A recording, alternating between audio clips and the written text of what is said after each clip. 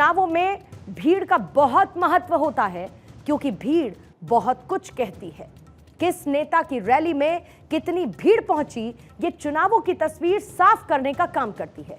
आज देश के 12 राज्य और एक केंद्र शासित प्रदेश की 88 सीटों पर चुनाव हुए। फैसला 4 जून को आएगा।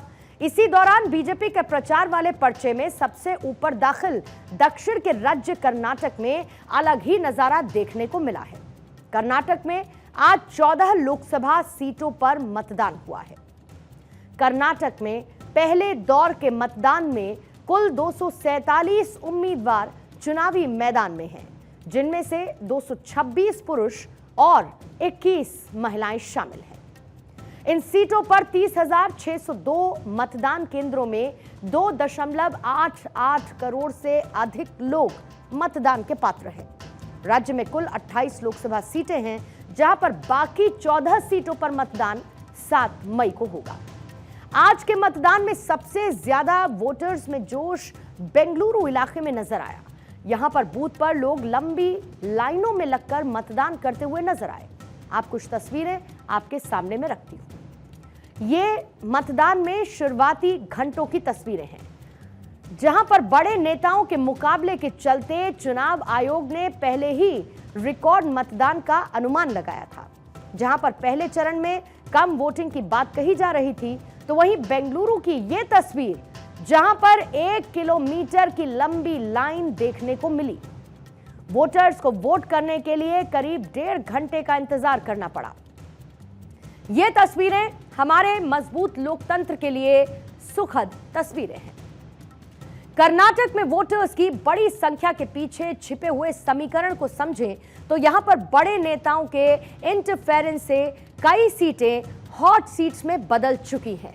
वो सीटें कौन सी हैं, उसका जिक्र आपके सामने मैं करने वाली हूं और उसकी तस्वीर रखूंगी कैसे, मेरे दोनों तरफ, यानी कि सीधे और उल्टे हाथ की तरफ आप देख सकते हैं। बेंगलुरु दक्षिण सबसे पहले, जिसे बीजेपी का गढ़ माना जाता है, क्योंकि बीजेपी के उम्मीदवारों ने इस इलाके में 1991 के आम चुनावों के बाद से जीत दर्ज की। पिछली बार कांग्रेस ने यह सीट 1989 में जीती थी। केंद्रीय गृह मंत्री अमित शाह ने हाल ही में इसी निर्वाचन क्षेत्र में तेजस्वी सूर्या के लिए रोड शो किया था, उनके लिए प्रचार किया था। दूसरी ओर परिवहन मंत्री रामलिंगा रेड्डी की बेटी सौम्या रेड्डी को अपनी जीत की उम्मीद है।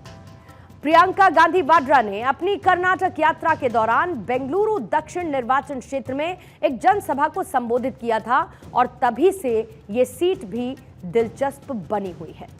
अब आइए पन्ना पलटते हैं और दूसरी हॉट सीट की बात करते हैं। दूसरी हॉट सीट है बेंगलुरु उत्तर की सीट। यहां के मतदाता 2004 से लगातार बीजेपी उम्मीदवारों को चुनाव जिता रहे हैं। इस बार केंद्रीय राज्य मंत्री शोभा करंदलाजे यहां से बीजेपी की उम्मीदवार हैं, जबकि कांग्रेस ने पूर्व राज्यसभा सदस्य प्रोफेसर एमवी राजीव गौड़ा को मैदान में उतारा। यहां पर भी मामला कांटे की टक्कर का बताया जा रहा है। बीजेपी और कांग्रेस दोनों ही अपने उम्मीदवारों की जीत का दावा कर रहे हैं।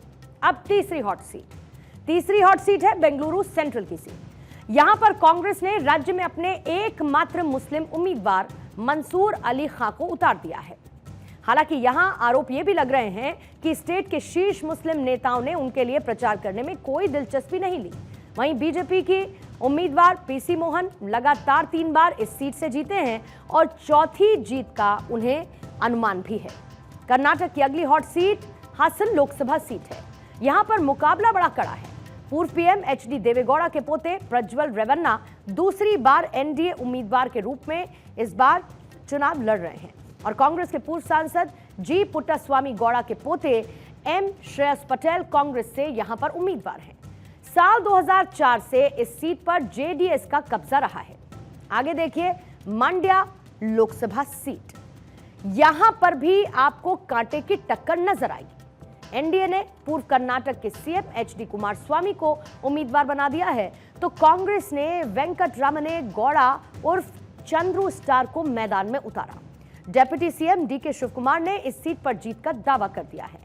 इसके साथ ही मैसूर कोडागू संसदीय सीट का मुकाबला दिलचस्प हो चुका है, क्योंकि कांग्रेस ने वोका लिग्गा कार्ड का इस्तेमाल शाही वंशज यदुवीर वाडियार के खिलाफ किया, जो कि बीजेपी से चुनाव लड़ रहे हैं।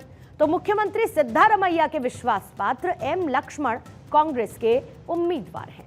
एक और सीट है जिस पर हर किसी की नजर, उडुपी चिकमंगलुरु सीट। यहां पर विधान परिषद में विपक्ष के नेता कोटा श्रीनिवास पुजारी बीजेपी के उम्मीदवार हैं और उनका मुकाबला है कांग्रेस के वरिष्ठ नेता जयप्रकाश हेगड़े से। इसके अलावा दक्षिण कन्नड़ लोकसभा सीट को बीजेपी का गढ़ माना जाता है।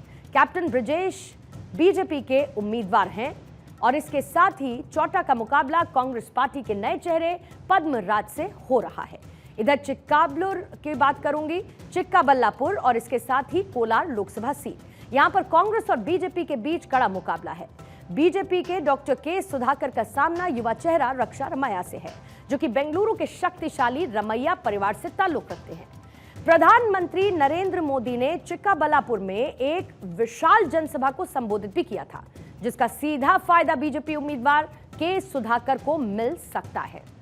जाहिर है कि इन वीआईपी सीट्स को देखने के बाद आप ये समझिए कि ये सीट कितनी हॉट है, क्योंकि इसके उम्मीदवार बड़े बड़े हैं और इसी के चलते कर्नाटक में वोटिंग सेंटर के बाहर ऐसी 1-1 किलोमीटर लंबी कतारें देखने को मिली हैं।